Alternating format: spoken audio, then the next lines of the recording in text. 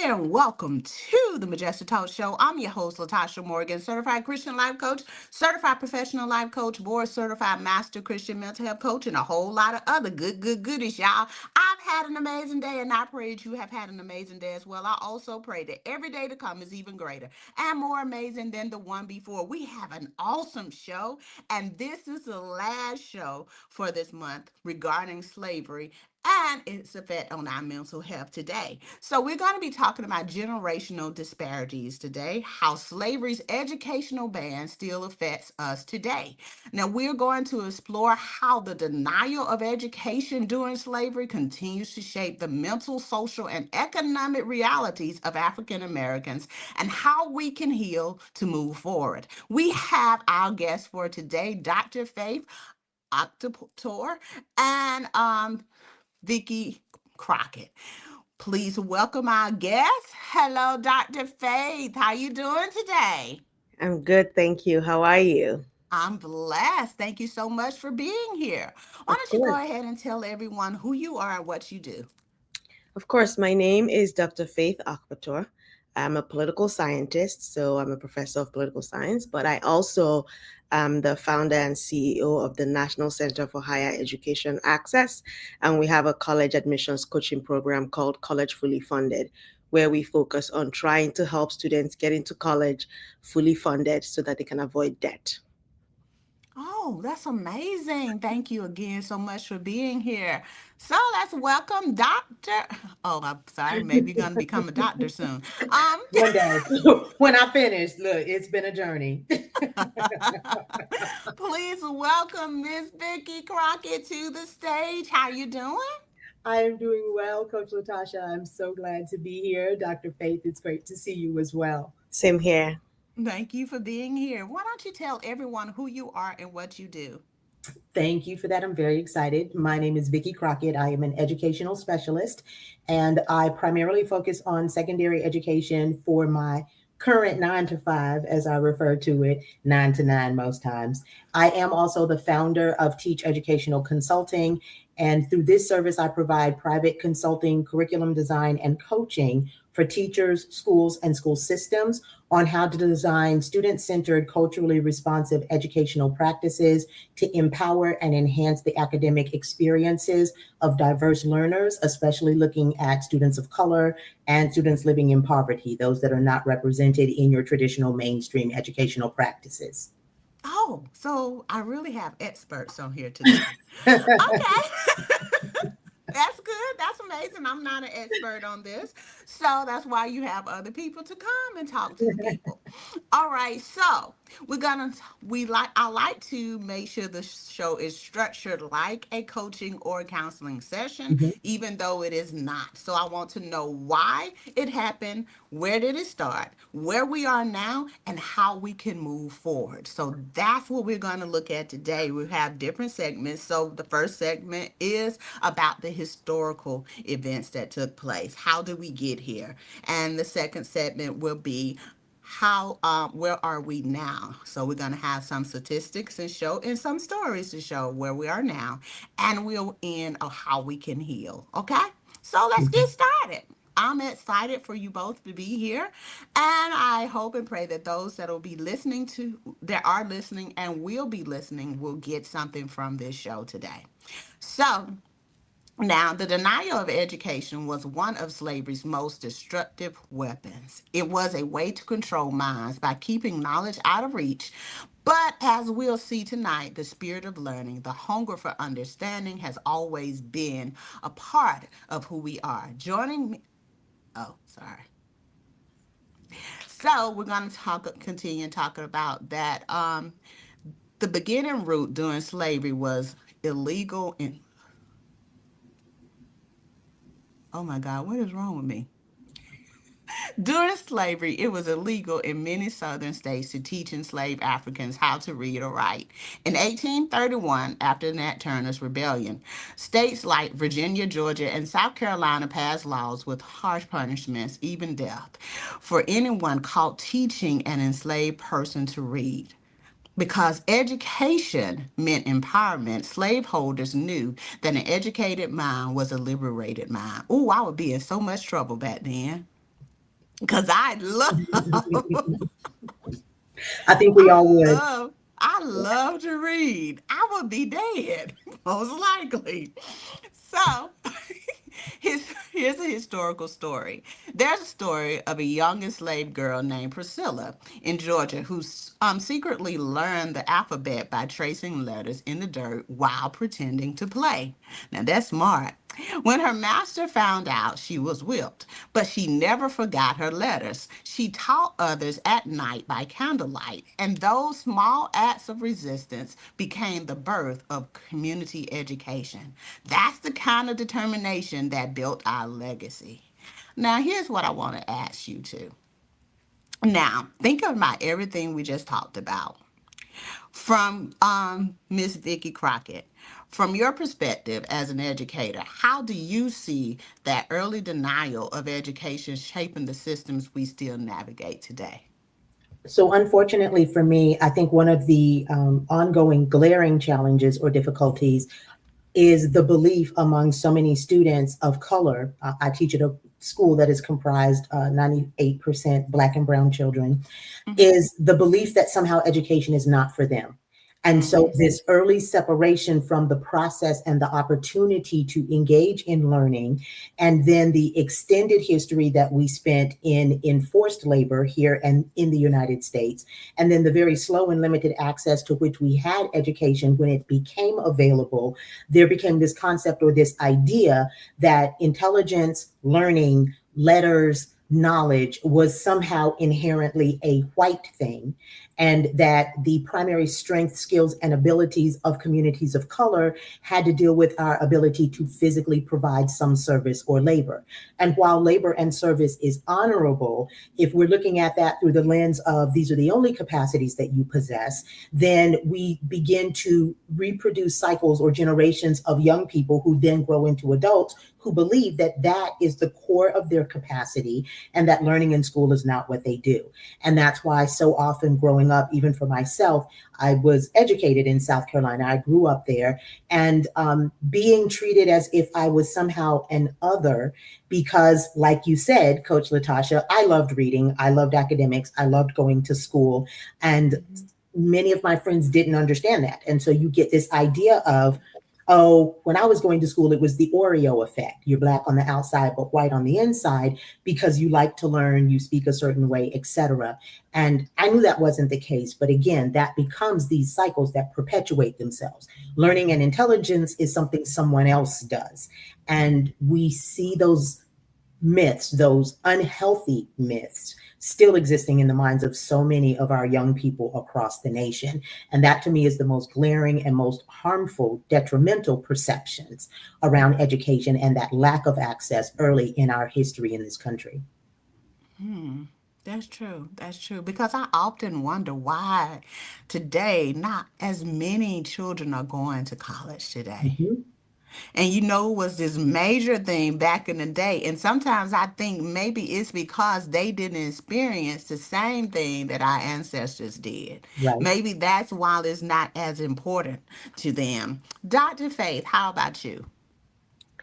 I mean, I think that it's also important to talk about the persistent structural inequalities that we've seen over generations because of that initial denial of education. Mhm. And all kinds of studies have been done to demonstrate this. So one study shows that there is persistent segregation where even with Brown versus Board, even with all of the different policies that have been put forth throughout the years to try to equalize the playing field, there is persistent segregation in public schools.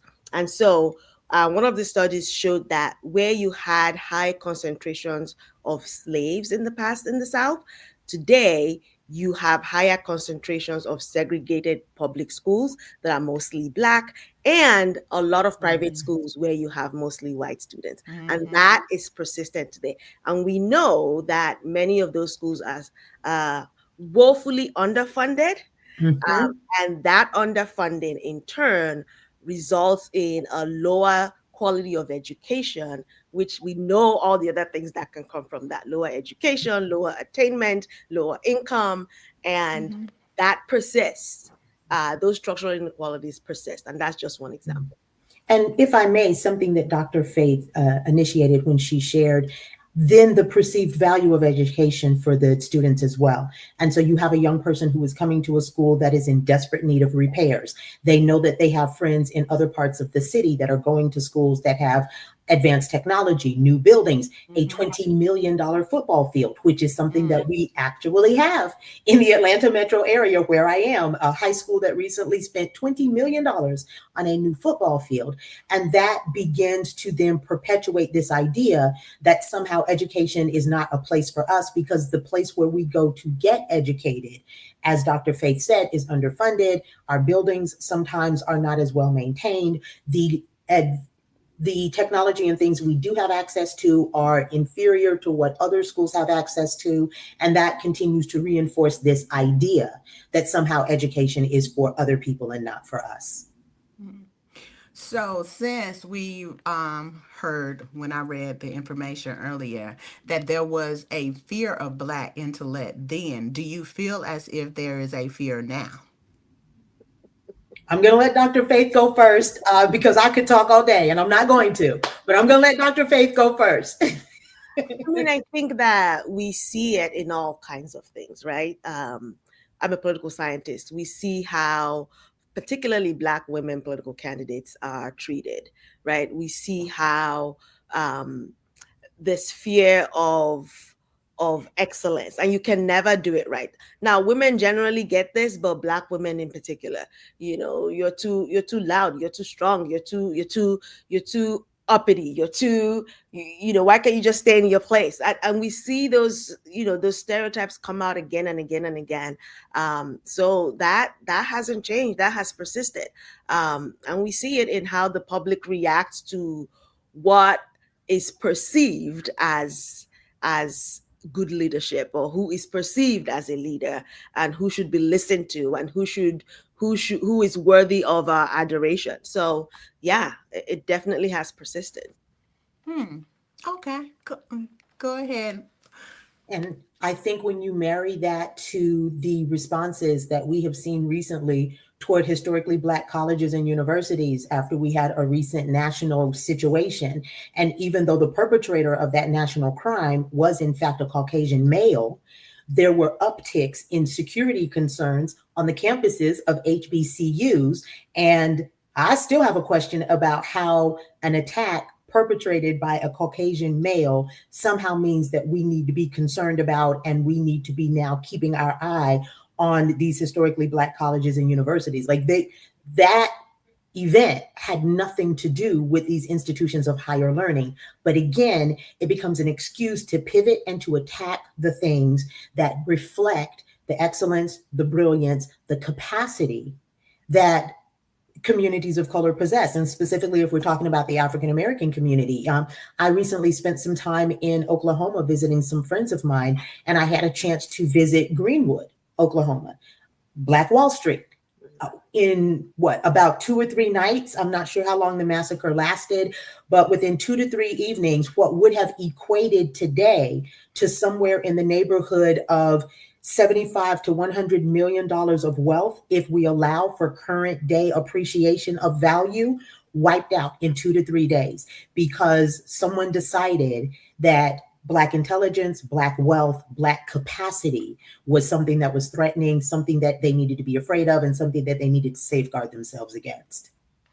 Yeah. So as we move into the next segment then, because we're going to be talking about where we are now. So I think that maybe that may be a reason that people don't want to get the education today, because if you're talking about what happened to Black Wall Street, then people are thinking, okay, well, maybe I don't need to get that wealth or get that education so that I can obtain that wealth, because when I do get wealthy like that, and when I get that education, then there's going to be a problem. What if they come and destroy what I build? Is that something you think that's part of the problem? Honestly, when I listen to my students speak, I teach high school. So this year I have 11th graders. They're primarily anywhere between 16 to 18 years old. And even when I go back to the previous groups of students that I have taught, specifically as I talk to them about political engagement and academic advancement, I had one student, he was one of my gifted scholars in an urban high school that I was working with here in Atlanta. And he said to me point blank, Ms. Crockett, there's no purpose in me going to vote because it's not going to make a difference. And so I have not heard my students, I have not heard young people, I have not seen patterns or trends that suggest that there is a fear of reprisal or attack aligned with their success, but more so this lessening sense of belief that getting the education is actually going to change the system. Because like Dr. Faith said, the systemic practices have so many safeguards and so many hurdles and put so many obstacles in the way that for those that have not internalized a higher degree of perseverance and resilience, the argument is not that they're going to come and get me, but if I do all of this, it still really won't make a difference in my life. That's what I hear more than anything else. And it breaks my heart. It's why I keep doing this work, because I need our children to know that they do have power and they can make a change. And it might not be, it's not going to be overnight, but there are still daily impacts that they can have. And I need them to know that. Yeah, I get that. Yeah. Yeah. And those structural inequalities, students are not, they're smart. They can perceive them. So for example, you were talking about, is this going to be worth it? Even if I put in all the effort. I'll give you an example with, everyone knows that education debt in the US is in the trillions of dollars. Yes. It's astronomical. For Black families, it's even way more relative to their percentage of the population and relative to the wealth that they have within the United States. And so, Black people are more likely to have higher levels of loans. They are more likely to have those loans way decades into their professional lives, and they're more likely to be pushed loans that are more expensive, more expensive to repay. Higher interest rates. So all of the things that, if you put them together, feel like a systemic structural weight on people's shoulders. And you can understand why a young person would say, is it even worth it? Yeah. Because I'm going to be honest, I thought about that too. Getting the education I have and stuff. I'm like, so is it going to be worth it? I've even heard people say that. I've heard, I've said to somebody I know, why aren't you going to school? And they're like, for what?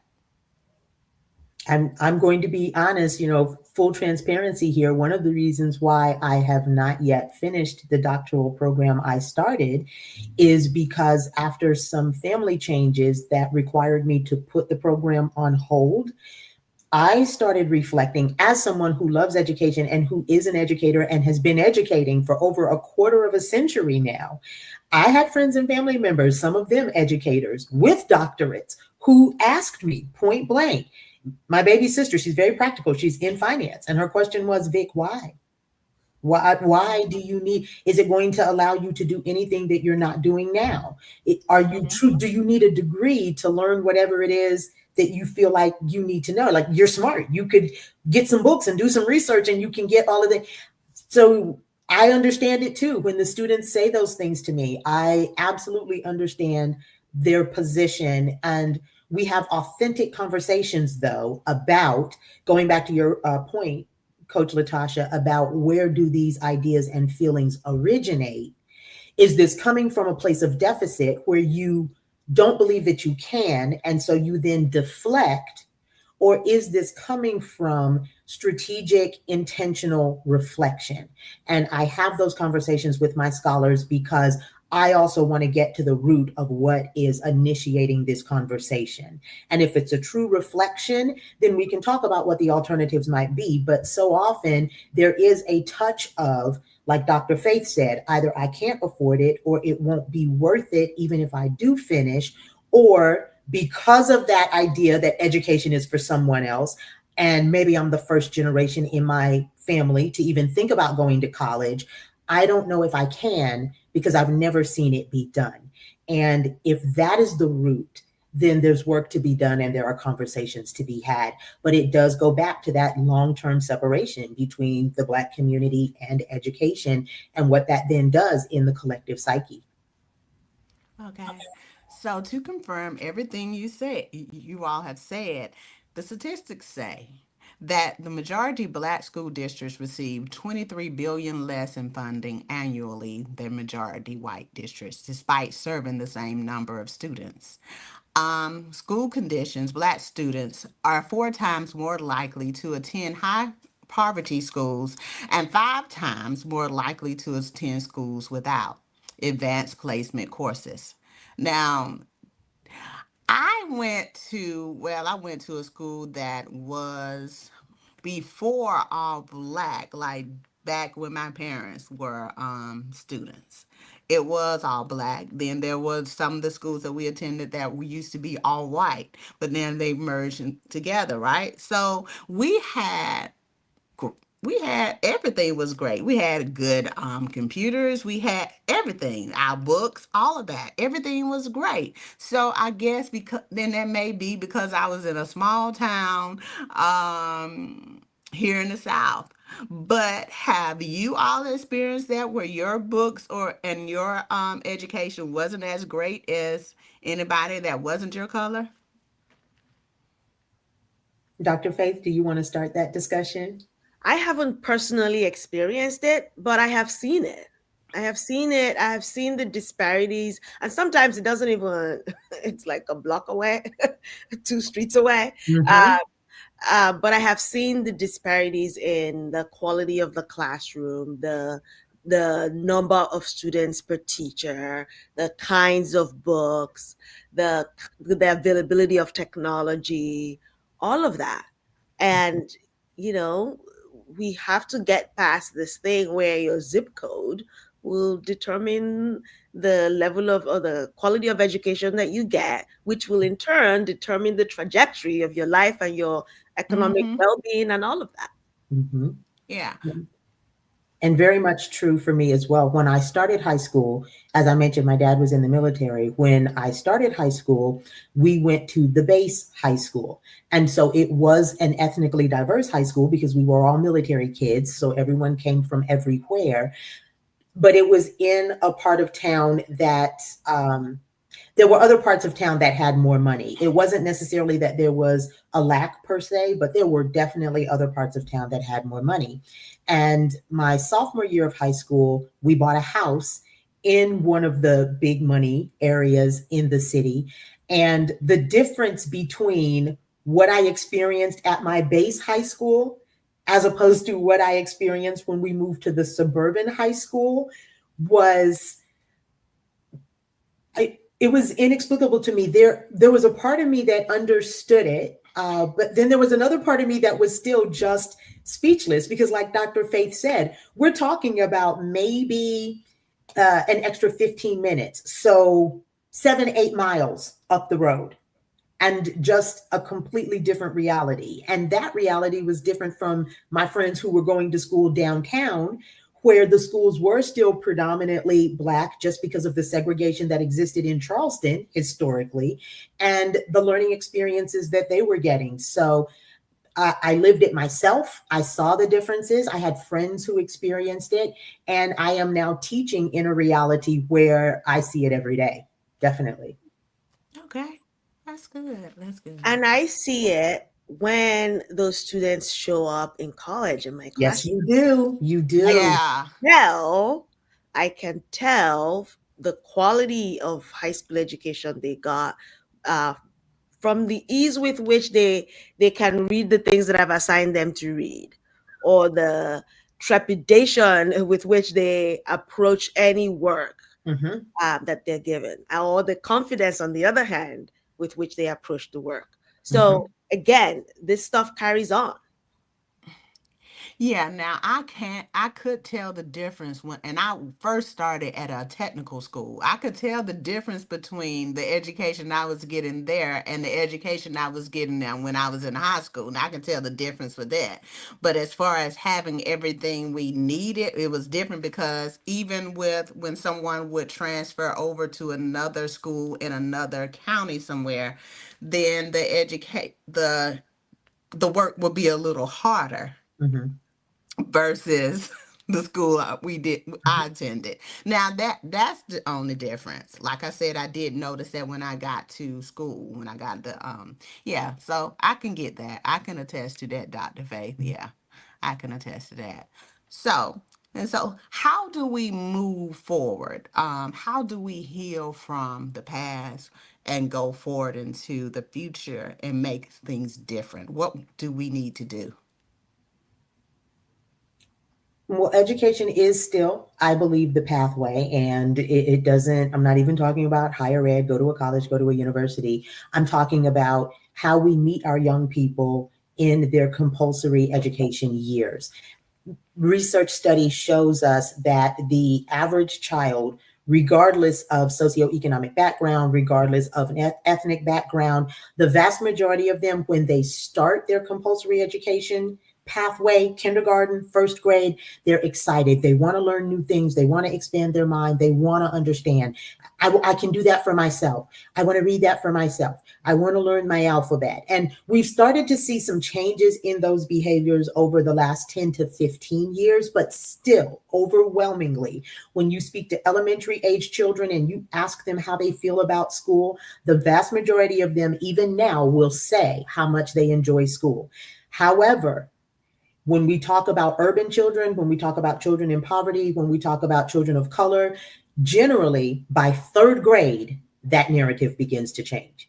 And so that's really where we need to start meeting our children, and we need to start helping them understand and recognize not only is education for you, education is a part of the history of our community, because we also have to help them understand that we as a community of people did not start this human experience enslaved. That's not it. It was a huge part of our history or our presence in this region of the world. And it wasn't even everyone's story here in the US. But certainly when we talk about the history of humanity, some of the fundamental advances of the human race, one race, by the way, some of the earliest advancements of the human race originated on the African continent. The study of metallurgy, architectural design, mathematics, medicine, literature, the development of philosophical understandings of the sun and stars and celestial bodies. It's so much of this is anchored on the African continent. And so when we talk about changing that narrative, we have to start, first of all, by helping them understand the full and true history of who they are, anchor them in the fact that they do belong in an educational setting.